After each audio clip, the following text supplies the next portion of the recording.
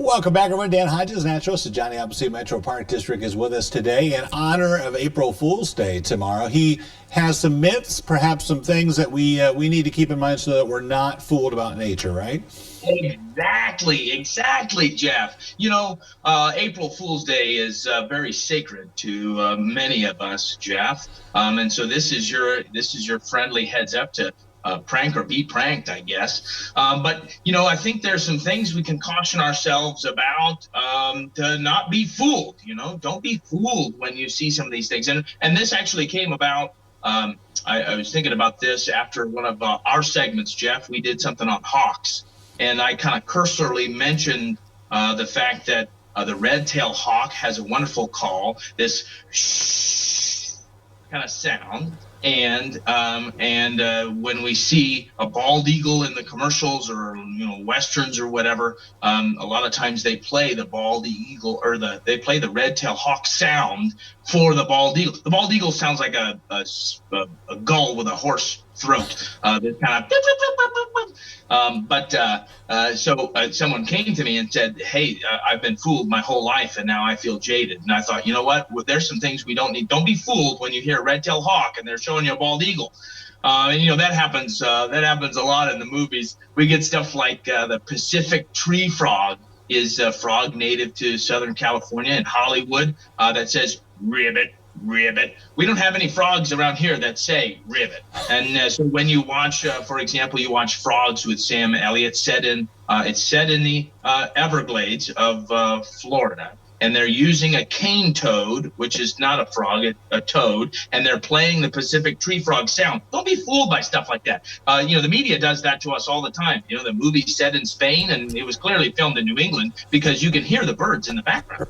So sometimes I think we get fooled by some of those tricks. That stuff doesn't matter in the end. Probably not. But there's other myths out there too that we shouldn't be fooled by. Things like that harvestmen are the most, the daddy long legs. Those are the most venomous spiders in the world. Not true. They don't have venom. They're not even spiders. Bats aren't blind. Possums don't hang by their tails. We've got some myths that I think are a little bit more concerning because they change our perception of what these animals are or do. You don't swallow spiders in your sleep. Don't be afraid of spiders crawling into your mouth while you're sleeping. This is kind of a silly myth. It's not true that turtles grow to the size of their tank. If you have a turtle in a small tank and he's not growing very well, that's because he's malnourished and not cared for, not because he's growing to the size of his tank. A goldfish don't have 3-second memories. They can remember longer than that. Bats don't fly into your hair, so don't let these things kind of cloud your vision. Spiders are good, bats are cool. Some of these myths kind of change our perception. Nature's not just out there; nature's right here. And I think that some other myths that we kind of buy into is that some of the negative things that we're doing don't really make an impact. I have invasive species in my yard, but they're not invasive in my yard. My purple loosestrife isn't getting out, or I've got a butterfly bush and it's not causing problems to the rest of the world. Invasive species are those plants and animals that come from other parts of the world. They're great where they came from, but when they get here, they cause a lot of ecological damage, a lot of harm.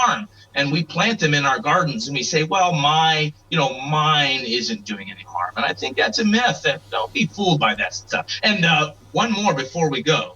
Don't